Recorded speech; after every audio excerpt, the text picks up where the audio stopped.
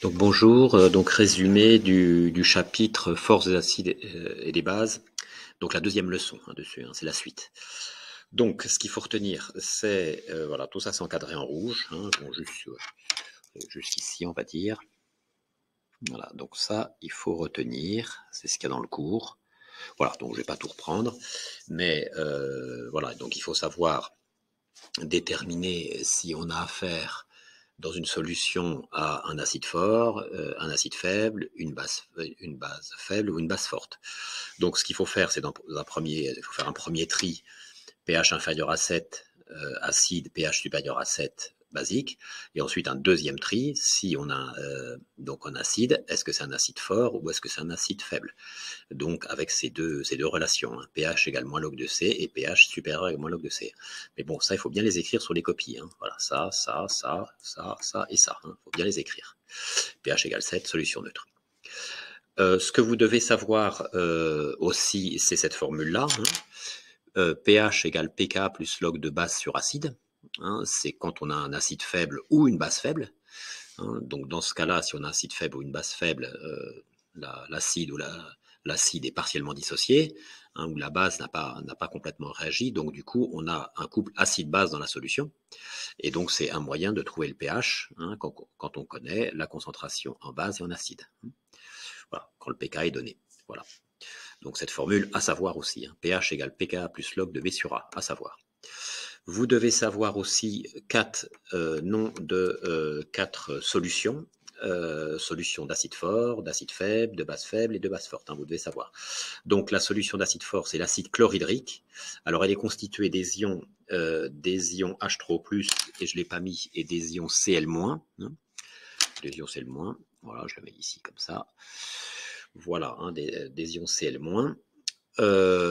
Solution d'acide faible, CH3COH, mais d'une façon générale, CH3COH, c'est un acide carboxylique, mais d'une façon générale, vous devez savoir que les acides carboxyliques sont des acides faibles, avec un certain pK, c'est autour de 3-4, leur pK. Ensuite, base faible, l'ammoniac, la molécule d'ammoniac est d'une base faible, mais d'une façon générale, vous devez savoir que les amines sont des bases faibles. Les amines, je vous rappelle, c'est une chaîne carbonée qui contient un atome d'azote. Ce sont des bases faibles. Ce sont des bases, vous devez savoir, ce sont des bases. Donc du coup, les acides carboxyliques réagissent sur les amines.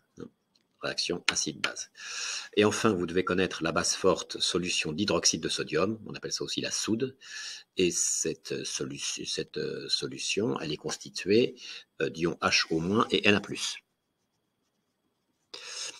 Donc du coup, je fais une petite remarque, du coup, si on fait réagir une solution d'acide chlorhydrique, avec une solution d'hydroxyde de sodium, puisqu'on fait réagir un acide et une base, il va y avoir une réaction acide-base. Et donc, il faut savoir écrire la réaction. La solution d'acide chlorhydrique, on l'écrit comme ça. Elle contient H3O+, plus Cl-. La solution d'hydroxyde de sodium, on l'écrit comme ça. Na+, plus HO-. Ça, il faut le savoir par cœur. Et donc, du coup, on obtient une solution. Voilà, et il y a une réaction. Quand les deux liquides se rencontrent, il y a une réaction. Et la réaction est la suivante. Alors, l'espèce acide, il faut savoir que c'est H3O+, dans la solution d'acide chlorhydrique, et l'espèce basique, il faut savoir que c'est HO-. Cl- et Na+, ne réagissent pas, ce sont des espèces spectateurs. Donc, ces espèces ne réagissent pas. Donc, on écrit ça comme ça. Donc, on écrit seulement les espèces qui réagissent dans l'équation bilan. Donc, on met H3O+, AC plus HO- AC, ça donne, bon, alors il se trouve que la réaction est totale, donc ça donne acide cède, ça donne H2O plus H2O, donc 2H2O. Voilà. Voilà, donc ici, il ne faut pas écrire NaOH, il ne faut pas écrire Na+, ici non plus, il ne faut pas mettre Cl-. Voilà. Voilà, ces espèces-là sont spectatrices. Voilà. Alors ça, c'est la première notion. Alors bien sûr, cette relation est toujours vraie. pH égale moins log de H pro plus, ça c'est toujours vrai, quel que soit le cas. Alors ensuite, diagramme de prédominance. Alors c'est pour savoir, donc quand on a quand on met un acide faible dans l'eau, par exemple, il se dissocie partiellement, et donc du coup dans la solution, on a AH et A-. Voilà, mais dans quelle proportion, lequel est majoritaire, hein, c'est ça qu'on veut savoir. Eh bien, pour ça, c'est assez simple, sans calcul, on fait un diagramme de prédominance, on tire un axe, on trace un axe horizontal pH, on écrit le pK. Donc, si pH est inférieur à pK, ça sera l'acide qui sera majoritaire. Si le pH est supérieur à pK, ce sera la base. Et si pH égale pK, eh bien, il y a égalité des concentrations. Alors, on peut vous demander de tracer un diagramme de prédominance avec deux couples acide-base. Donc, du coup, on met un axe, on met les deux couples acide-base, et on écrit donc on positionne l'acide et la base du premier couple, hein, voilà. Et ensuite, on positionne l'acide et la base du deuxième couple. Hein, ça, c'est la base et c'est l'acide. Donc là, ça veut dire qu'on a une espèce amphotère, hein, qui se comporte comme un acide et comme une base. Donc HCO3, on peut dire que c'est la base de l'acide CO2. HSO3-, j'ai oublié. Hein. Et HSO3-, CO3 2-. Hein. Et HSO3-, c'est l'acide de cette base-là. Donc, on a une espèce amphotère là. Alors ça, c'est le couple un petit peu bizarre, hein, le couple un petit peu bizarre, dont l'espèce acide s'écrit comme ça, hein, dans les données, CO,H2O. Hein. Voilà, ça s'écrit comme ça. Mais H2O, on ne le met pas. D'accord. Voilà, on met plus dans l'équation bilan, on met plus H2O. Voilà. Ensuite, solution tampon. Bah, vous devez connaître la définition d'une solution tampon. C'est une solution dont le pH varie peu lors d'un ajout modéré d'acide, de base ou lors d'une dilution. Voilà. Ça varie moins que si ce n'est pas une solution tampon. Alors ça, je l'ai mis entre parenthèses parce que c'est pas vraiment à savoir. Mais bon, s'il y a un exercice sur les solutions tampons, on parlera un peu de ça, forcément. Donc concrètement, une solution tampon, eh bien, elle contient un couple acide-base. Hein. Elle contient AH et A-. Et en général de concentration voisine ou égale. Voilà. Or, si la concentration est égale, eh bien, le pH de la solution est donné par cette formule. Si les concentrations sont égales, eh bien, ces deux concentrations sont égales. Donc, le rapport fait 1. Log de 1, ça fait 0. Donc, on a pH égale pK. Donc, les solutions tampons ont un pH égal à pK ou proche de pK. Voilà. Voilà. Alors, ensuite, indicateur coloré. Alors, un indicateur coloré acido-basique, hein, eh bien, il est constitué d'un couple acide-base dont les teintes acides et basiques sont différentes. Hein. Alors, en général, les couples acide-base, ce sont des espèces incolores. Hein, l'acide et la base du couple acide-base, en général, ce sont des espèces incolores. Hein. Par exemple, on peut prendre l'acide éthanoïque, l'ion éthanoate, mais pas toujours. Pas toujours. Parfois, l'acide a une couleur, l'espèce acide a une couleur et l'espèce basique a une couleur. Eh bien, dans ces cas-là, c'est un indicateur coloré et on peut les utiliser pour faire des dosages acide-base colorimétriques. Ça évite d'utiliser un pH mètre, ou un conductimètre, voilà. Donc voilà, la définition, donc il est constitué d'un couple acide-base dont les teintes acides et basiques sont différentes. Alors maintenant, quand on fait un dosage acide-base colorimétrique, eh bien il faut choisir l'indicateur coloré. Donc on a toute une palette d'indicateurs colorés et il faut les choisir. Et les indicateurs colorés sont caractérisés par leur zone de virage. Donc là j'ai pris l'héliantine par exemple, sa zone de virage c'est 8, 2, 10. Donc si le pH, concrètement ça veut dire que si le pH est inférieur à 8,2, alors l'héliantine, la phénylphtaléine aura une tente bien caractéristique, qui est incolore, là, dans ce cas-là. Et pH supérieur à 10, eh bien, une autre couleur, hein, et donc là, c'est rose. hein, pH supérieur à 10.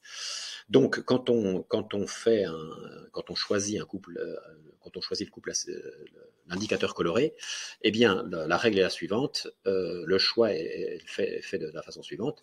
Le pH à l'équivalence de notre dosage doit appartenir à la zone de virage. Donc là, j'ai une courbe de dosage. Le pH à l'équivalence est de 9,1. 9,1, ça appartient à cet intervalle, donc c'est celui-là. Donc ça veut dire que quand on fait un dosage acide-base colorimétrique, eh bien avant, hein, il faut avoir fait un dosage avec cette courbe-là. Alors après, ça peut être utile dans des procédés de vérification dans un laboratoire ou voilà, dans l'industrie. Alors on le fait une fois avec on le fait une fois avec un pH mètre, et puis on sait que en gros le pH il est de 9,1. Alors voilà, il peut être de 9,2, de 9,3, de quoi ça changera pas. 8,9. Et donc du coup, on sait que c'est la phénophtaléine qu'il faut prendre. Voilà. Alors ensuite, dernier point, donc on précise à nouveau ce qui se passe quand on met un acide faible dans l'eau, hein, ou une base faible dans l'eau. Alors j'ai pris un acide faible, je mets un acide faible, voilà, une certaine quantité initiale que j'ai appelée NaH0 dans l'eau. Donc réaction avec l'eau, hein, réaction limitée avec l'eau. Donc du coup, une fois que la réaction est finie, eh bien, j'ai une certaine quantité d'acide dans ma solution et une certaine quantité de A- dans ma solution. Et la quantité d'acide de ma solution, bah, ça ne sera pas ça, ça sera forcément moins, hein, inférieur. Bon, alors je démontre la relation entre la quantité initiale et les quantités formées. Donc le tableau d'avancement, alors x ec. Bon, alors donc la quantité introduite, bon, on écrit le tableau d'avancement et on a ceci. Donc x ec, qu'est-ce que c'est? C'est la quantité d'ion A- formée. N0 moins x ec, c'est la quantité d'acide qui reste, hein, en solution. Alors, je fais un petit bilan. Donc, du coup, je vais prendre cette relation-là.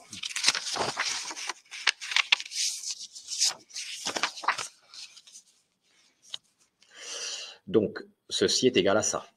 Voilà, c'est ce que j'ai écrit ici. NaHX est égal à N0 moins XEC. Mais XEC, c'est ça. Donc, du coup, N0, c'est égal à NaHEC plus Na-EC.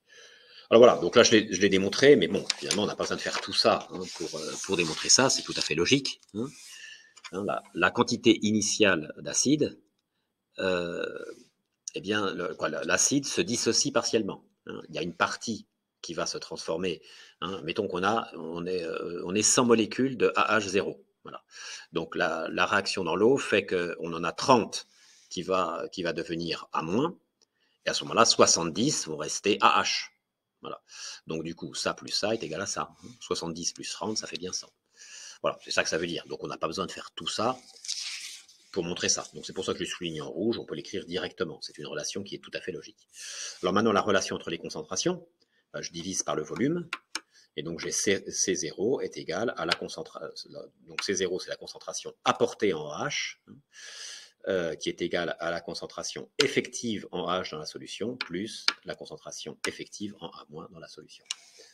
Voilà, voilà c'est terminé.